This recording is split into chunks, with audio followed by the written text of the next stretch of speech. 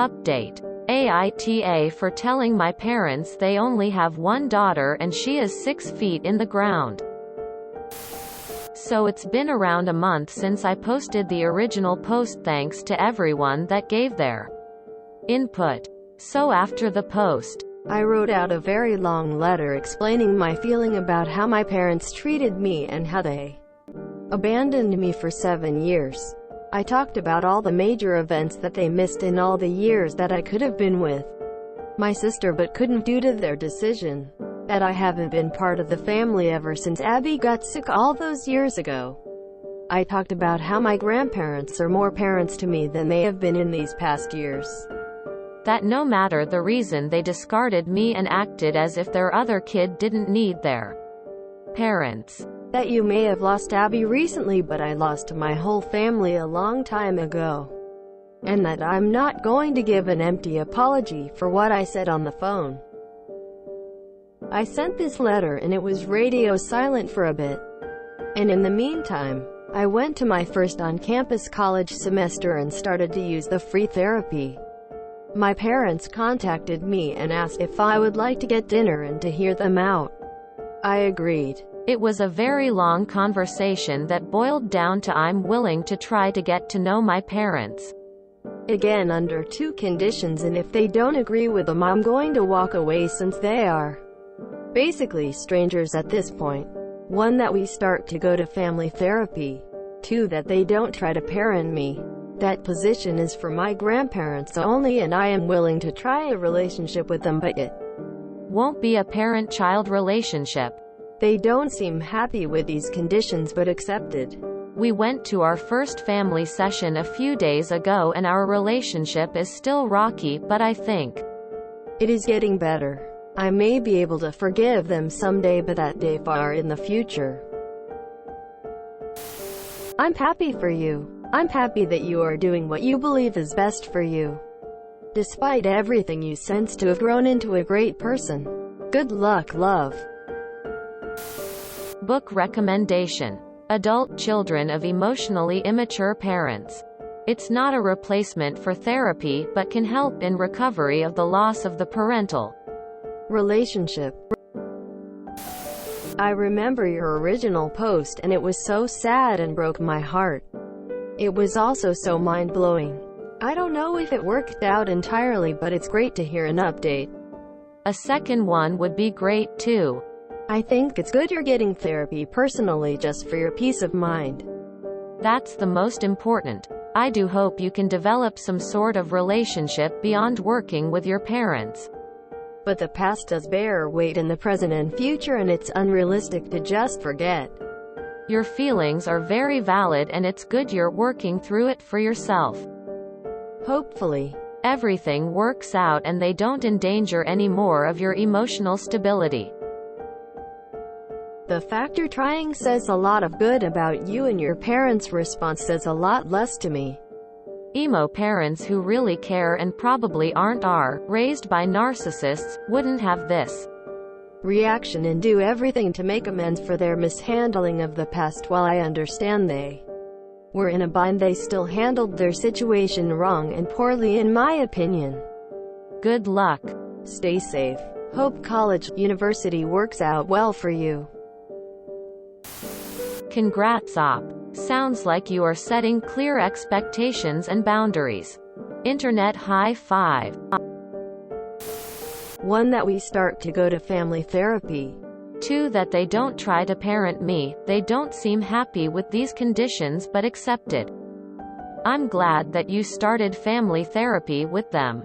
Definitely keep an eye out for any boundary crossing on their side. I remember reading your original post. What you went through broke my heart. I think you handled yourself well and thoroughly explained yourself in your letter. You didn't attack them. You simply stated the facts. The conditions you laid out for them are fair. They made a choice to abandon you to care for Abby. They don't get to waltz back into your life years later like nothing ever happened. I'm so proud of you. Op. I really hope life is treating you kind. That is amazing that you were able to take your time and express what you needed in a letter to them. I do think that was the calmest and best way. Take care of yourself and make sure you move at your pace and not the pace they want you to. You sound like a mature, strong young woman, and I have confidence that you will maintain your own boundaries. Another thing is they should apologize or tell the truth to the other family members that tried to harass you about them. Pay attention to what any of those people say, because if they try to tell them something different to still make you look bad, that will show they have not changed at all. But if they are honest to other family members about the mistake they made themselves, then I think it's worth pursuing a relationship with them, but keep your boundaries up. Can I just take the opportunity to praise you and your grandparents for raising you as well as this? At your age, I would have been nowhere near as clear in communication. And you're an asset to your grandparents, your college, and most importantly, yourself. Well done on being who you are in spite of the dog shit adversity you've faced. Well, I have to say that I admire you hugely for having the strength to create boundaries, whilst being open to repairing your relationship with them. You have definitely given your parents a lot more than I would have done in your shoes. The only thing I would say is that you should absolutely stick to those boundaries and enforce them very strictly. Don't let them gaslight you into thinking that their behavior was acceptable. And if I could suggest one more, make sure that you are satisfied to your own conclusion, not the therapist's, not your parents', your own, that they are actually taking the therapy seriously. If they're just doing it to fulfill a condition and don't give any inkling that they're actually learning from their mistakes, realizing the effect that their actions had on you, and starting to show remorse for it, don't be afraid to say, "This is a waste of time." I'm happy this is working out for you right now. I'm sure this is hard right now. I also think it was wise to put those two conditions in. I wish you the best of luck with however this turns out for you. Your original post was heartbreaking, and you deserve to be happy and loved. Give your grandparents a big hug from a Reddit stranger. And yourself one, too. I'm so happy for your update. You were never taught in your post. I'm happy that your parents are taking the steps to regain a connection with you. It was seriously messed up what they did in the first place, keeping you and your sister away from each other when you could have helped keep her company in a hospital. I'm glad they're taking steps though. Just do it at your own pace and reinforce boundaries. I mean, as long as they put in the effort, it's worth a shot. I remember this post and I remember crying and being so angry. I remember commenting something that said tell them off or whatever. My heart hurts so much when I read it, and it still hurts when I read this post. I cried again today. And I really wish you well in life. I hope one day it won't hurt you, and I hope you be the happiest person in the world. I am sorry you had to go through this, and I really wish you well. Please be happy. You are very mature and forgiving. Even I don't think I would have been able to so objective and even see them, let alone give them a chance. You are so strong. Please take care. All the best with everything. I've been wondering how you've been going over the last month, and I'm honestly glad that you're seeing a counselor, and good on you for setting boundaries, so to speak, with your parents. There's no time limit when it comes to grieving, and everyone grieves differently. As you said, you lost your family years ago. They don't have to like what you said. However, had to accept it as it was the truth, and the truth hurts. As I said in my last comment on your first post, take your time to grieve for your sister and lost relationships and do what's best for you. At the end of the day, your feelings matter, and hopefully these boundaries will help you in moving forward. In regards to the letter, I'm glad that you were able to tell them how you feel. what they missed and how you were treated. I do hope that writing and sending that letter was therapeutic for you and allowed you to feel some relief at being able to let them know what they did to you. Congratulations on your first semester at college. I wish you all the best for the future. Remember, you're a strong young woman and the world in yours. Good luck. I understand that they might be a bit unhappy now because they're grieving, and they might be shocked to hear that you're harboring resentment for them. But don't let them drag their feet about your condition. In my opinion, they should be happy that you're letting them back into your life after what they did. Not upset that you have entirely understandable and pretty mild boundaries. They're both rules that people have for parents that have treated them much less severely.